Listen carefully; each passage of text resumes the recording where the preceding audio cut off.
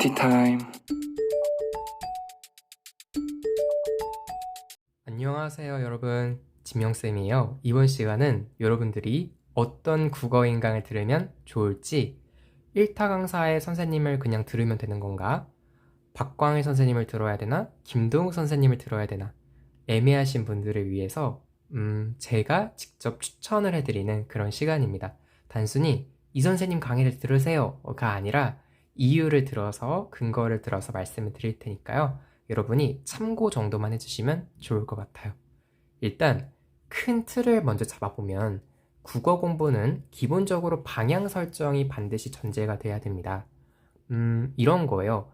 내가 공부를 할 때 그냥 무작정 열심히 하다 보면 그것도 나쁘지는 않죠. 하다 보면 되겠지? 하다 보면 점수 나오겠지?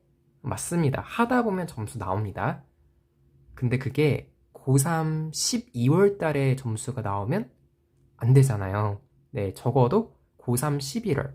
그리고 당장 내신을 보셔야 되는 분들은 중간 기말 당일에는 성적이 나와야겠죠. 그러니까 여러분이 하셔야 되는 건요, 내가 이러한 것들이 부족하니까 이러한 것들을 이와 같은 방법을 통해서 메꿔 나가면 적어도 이 시기에는 점수가 나오겠다 라는 윤곽이 잡혀야 돼요. 그래야만 여러분이 공부할 맛이 나겠죠. 하다 보면 늘겠지. 안 나오면 불안함 속에서 공부를 하는 것만큼 힘든 게 없는 것 같습니다. 따라서 먼저 방향 설정 하셔야 돼요. 그리고 방향 설정을 하시되 빠르게 정리하시고 넘어가셔야죠. 방향만 설정하고 연습을 안 하면 아무 소용이 없겠죠. 당연히 스스로 사고하는 피나는 훈련이 필요합니다. 비율로 따지면 10%, 90% 정도의 중요도가 있는데, 다만 압도적으로 사고 훈련이 많이 필요한 건 사실이다. 선행돼야 되는 건 방향 설정이다. 이렇게 먼저 잡고 넘어갈게요.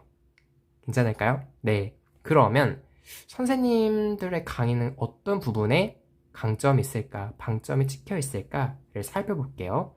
일단 제가 직접 1년 동안 박광일 선생님의 모든 커리큘럼을 들어봤고요. 김동욱 선생님의 모든 커리큘럼 강의를 다 수강한 입장에서 말씀을 드려볼게요. 박광일 선생님 강의의 가장 큰 장점은요, 굉장히 체계적이었다라는 거예요. 아주 기초적인 내용부터 아주 심화적인 내용까지 강의의 컨셉이 다양했고, 단계적인 학습을 하기에, 내 현재 상태에 맞는 강의를 고르기에 굉장히 좋았습니다. 심지어는 독서 강의의 경우에는 문장을 읽는 방법부터 설명해 주시는 강의가 있었어요. 그래서 실제 제가 가르치는 학생들 중에 고등학교 1학년 혹은 고등학교 2학년 학생들 중 기초가 많이 부족한 학생들에게는 그 문장을 읽는 연습부터 먼저 하라 라고 박광일 선생님 강의를 많이 추천하고 있습니다. 따라서 여러분이 현재 상태에 맞는 강의를 고르기에 참 좋다. 그리고 교재 구성도 편집이 굉장히 뛰어나서, 이 기출은 이해 다른 기출, 바로 이 기출과 같이 보면 참 좋은데 그런 겹치는 소스들이 있어요. 그런 것들을 잘 모아놓은 교재들이 많다. 편집이 굉장히 뛰어나다 라는 것도 큰 강점인 것 같습니다. 괜찮을까요? 네. 선생님, 근데 김동욱 선생님도 1타시잖아요. 네, 맞아요. 김동욱 선생님도 굉장히 유명하시죠. 김동욱 선생님의 가장 큰 강점은 멘탈 케어였어요. 국어에서 왜 멘탈? 여러분이 국어 공부를 함에 있어서도, 모든 공부가 마찬가지지만 멘탈이 무너질 때가 참 많아요. 그럴 때마다 뭔가 긍정적인 자극이 필요하다라는 느낌이 많이 드실 텐데, 그런 거를 많이 해주십니다.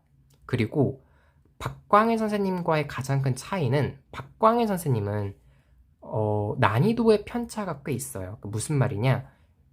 그러니까 전체 커리큘럼 중 초반에 나오는 그 교재의 구성과 마지막 시즌에 나오는 교재의 구성의 난이도 차이가 극명하게 있습니다. 그러니까 단계적인 학습을 추구하시는 거죠. 그런데 김동욱 선생님 같은 경우는 난이도 편차가 크지 않아요. 그러니까 비슷한 수준의 비슷한 내용들을 일관되게 학습하시는 걸 굉장히 강조하십니다. 따라서 그런 점이 어찌 보면은 강점, 근데 어찌 보면 또 단점이 될 수도 있을 것 같아요. 학생에 따라서요. 학생에 따라서.